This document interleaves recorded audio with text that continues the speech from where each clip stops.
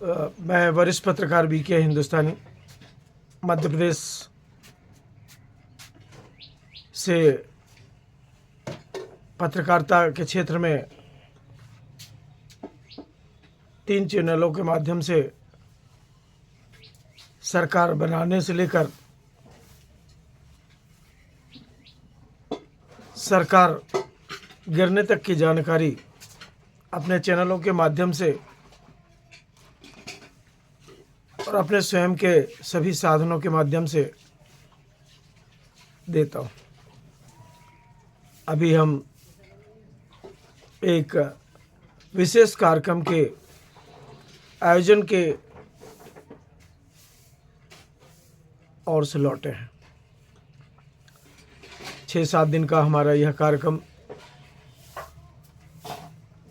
असम प्रदेश के गुवाहाटी शहर में संपन्न हुआ। बड़ा अच्छा शहर, साफ सुथरा शहर, वहाँ के लोग भी बहुत अच्छे, वहाँ के राजनीतिक लोग भी बड़े अच्छे, वहाँ के पत्रकार लोग भी बड़े अच्छे, वहाँ की भाषा भी बड़ी प्रिय। कार्यक्रम भी सम्मानजनक ढंग से संपन्न हुआ। बाहर से आए सभी राष्ट्रीय स्तर के पत्रकारों का, स्थानीय पत्रकारों का सम्मान भी किया गया। अच्छी व्यवस्थाएं रही, पर हर व्यवस्थाओं के बीच में कुछ व्यवस्थाएं ऐसी रहती है जो उन सभी व्यवस्थाओं को बेकार कर देती है, बदनाम कर देती है।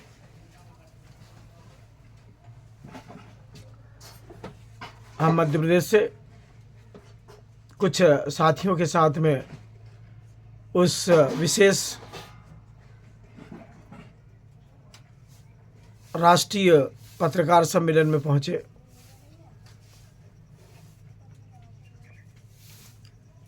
हम सभी साथी कुछ तो गुवाहाटी घूमने के लिए जा रहे थे हमारे साथ, कुछ साथी उस राष्ट्रीय पत्रकार सम्मान समारोह में जा रहे थे, और कुछ पत्रकार साथी व्यापारिक दृष्टिकोण से भी हमारे साथ में वहाँ गए हुए थे, जो अपने चैनलों के लिए वहाँ पर प्रतिनिधि नियुक्त करना चाहते हैं। बड़ा अच्छा लगा। हम पहुँचे ज़रूर, कार्यक्रम में भी हम देर से पहुँचे। कार्यक्रम में व्यवस्थाएं और जो सम्मान मिला वह भी बहुत ही आनंदमय रहा। वहाँ के जितने भी पत्रकार साथी थे उनको हम अपने चैनल के माध्यम से शुभकामनाएं देते हैं, और आने वाले आयोजन के लिए कुछ हम उनको रास्ते भी बताएंगे कि पत्रकारों के जो कार्यक्रम का आयोजन किया जाता है उनकी क्या व्यवस्थाएं रहती है, क्या मानसिकता रहती है, और उन व्यवस्थाओं में हमें क्या करना चाहिए वह भी हमें विचार करना चाहिए। गुवाहाटी शहर बहुत अच्छा लगा, हमें साफ सुथरा लगा।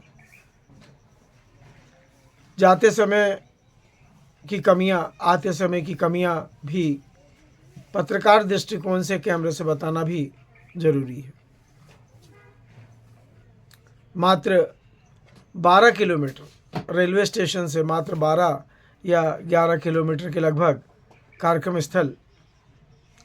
जब ऑटो वाले से हमने वहाँ का किराया पूछा तो बोला सर 400 रुपये एक आदमी। चूँकि मैं अकेला था,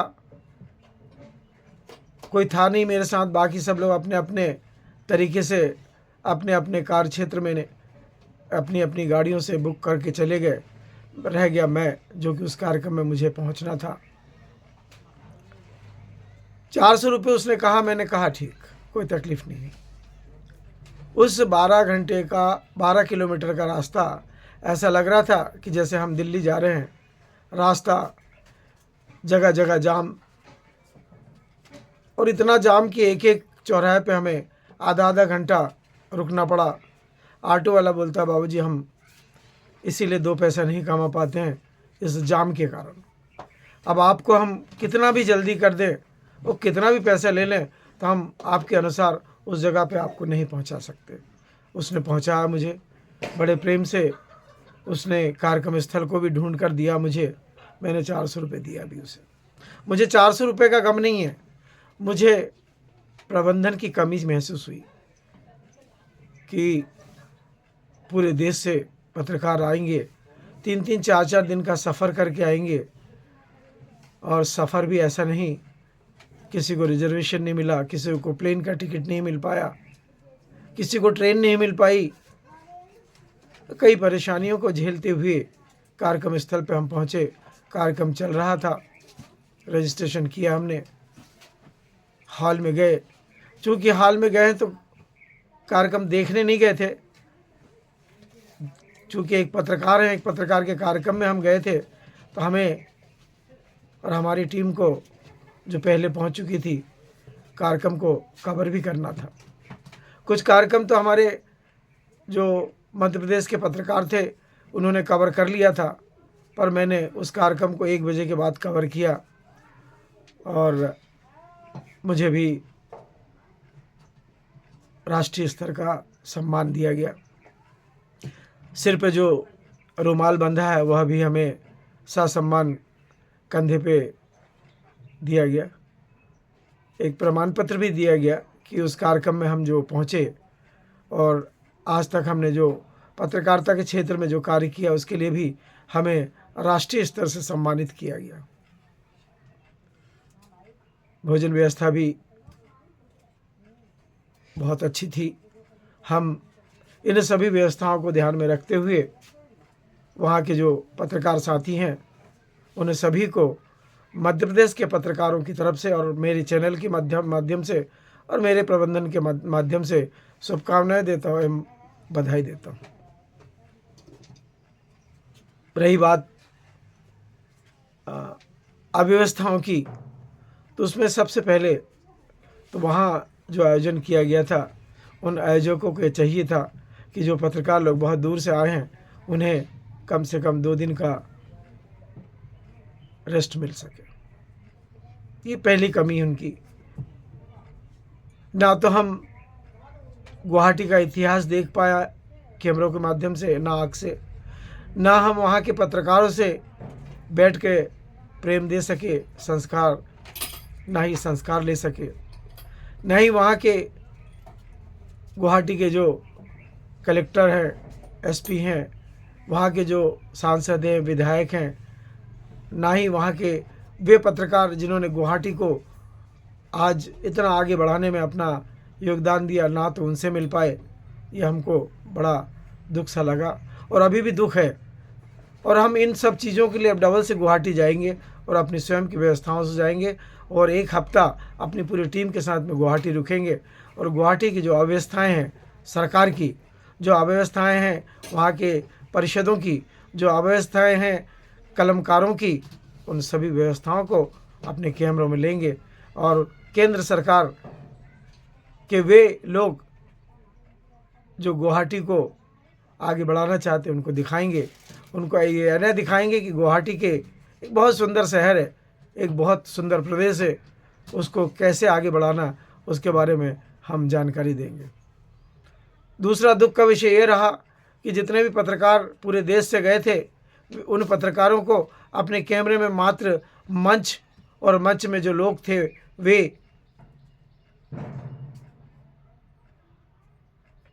के अलावा कुछ नहीं मिल पाया। हम क्या दिखाएंगे? हम मध्य प्रदेश की जनता को क्या दिखाएंगे? मध्य प्रदेश के वे लोग जो हमारे सब्सक्राइबर हैं 2,500-3,000 उनको क्या बताएंगे? या आप अब जो नए सब्सक्राइबर जुड़ रहे हैं, अन्य ऐपों के जो सब्सक्राइबर हमको देखते हैं, हम उनको क्या बताएंगे? हमने रेलवे स्टेशन बताया, हमने मंच बताया। चूँकि रात में हम पहुँचे थे, दोपहर में पहुँचे थे, रात में लौटे, तब क्या बताएंगे?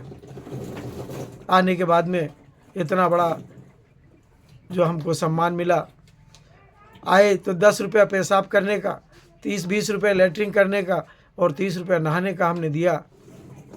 तो ये व्यवस्थाएं हैं रेलवे विभाग की। टिकट जेब में होने के बाद में हमसे नहाने धोने सबका 50 रुपये लिया गया। हमें पैसे की चिंता नहीं है, ये अव्यवस्थाओं की चिंता है कि जेब में टिकट होने के बाद, टिकट दिखाने के बाद में भी वहाँ पर हमें प्लेटफॉर्म पे सोना पड़ा। पेशाब करने के लिए हमको 10 रुपये देना पड़ा, लेटरिन जाने के लिए हमको 30 रुपये देना पड़ा, नहाने के लिए हमें 50 रुपये देना पड़ा। ये कैसी व्यवस्था है रेलवे की? रेलवे मिनिस्टर को ये सोचना चाहिए कि जब लोग गुवाहाटी आएंगे और उनके साथ में इस प्रकार का व्यवहार किया जाएगा तो गुवाहाटी और असम प्रदेश का क्या नाम होगा। ये रेलवे मिनिस्टर को सोचना चाहिए, रेल प्रबंधन को सोचना चाहिए कि जो रेल यात्री आए हुए हैं, स्टेशन पर रुके हैं, किन्हीं कारणों से, उनके साथ में क्या किया जा रहा है।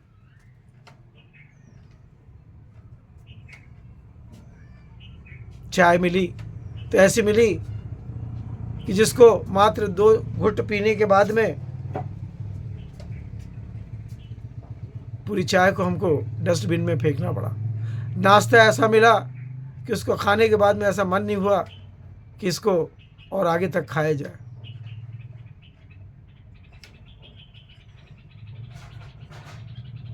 पुलिस वालों का, जीआरपी का भी ऐसा व्यवहार, पंखों के नीचे बैठने दिया गया, बोले वहाँ बैठो वहाँ बैठो। पूरी रात भर में,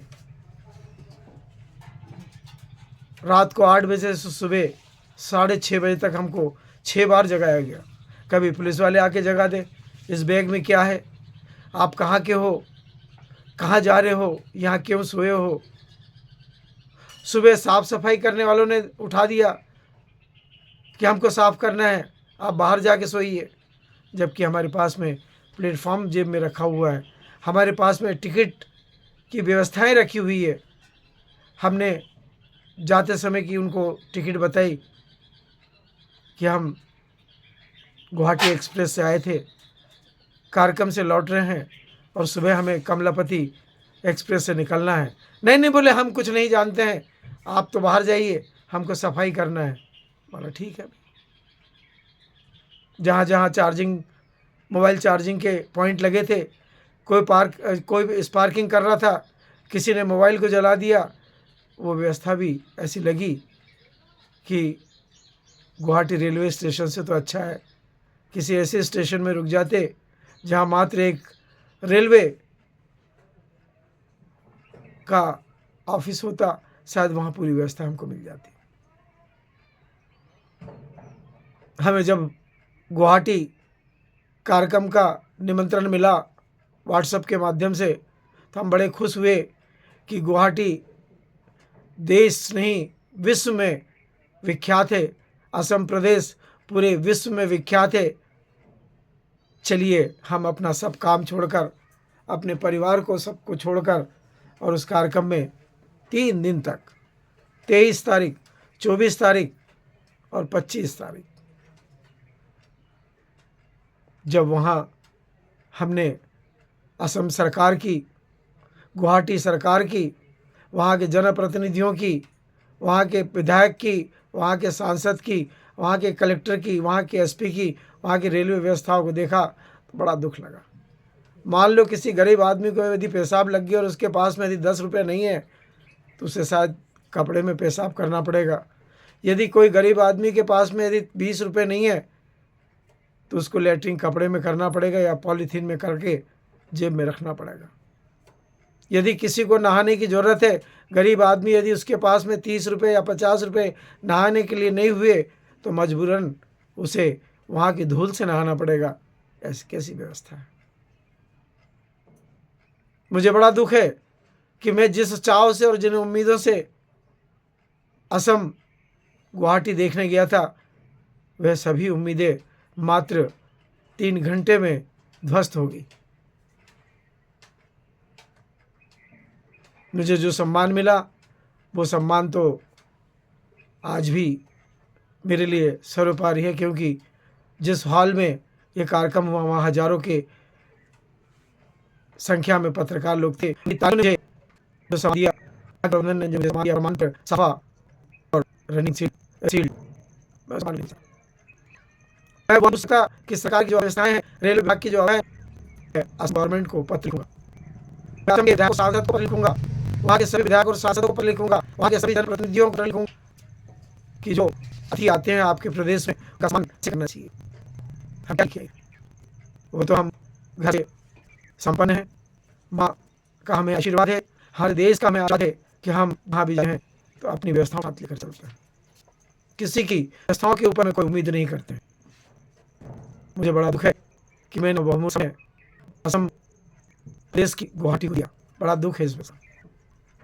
तो अब मैं किसी कार्यक्रम को लेकर नहीं, मात्र गुवाहाटी और असम प्रदेश को घूमने के लिए और साइकिल से, और एक प्रदेश में, एक तहसील में और एक जिले में 8-8 9 दूंगा और देखूंगा कि गाँव में क्या और में क्या, वहाँ के जनप्रतिनिधियों, वहाँ के प्रतिनिधियों का रहन सहन कैसा है। उस पर 1 साल काम होगा, 1 साल तक असम में साइकिल से घूमूंगा और अपने चैनल के लिए, अपने सब्सक्राइबरों के लिए, अपने मध्य प्रदेश के लिए वो सामग्री लेकर आऊँगा जो शायद इस दिन के दौर में मैं प्राप्त करता हूँ।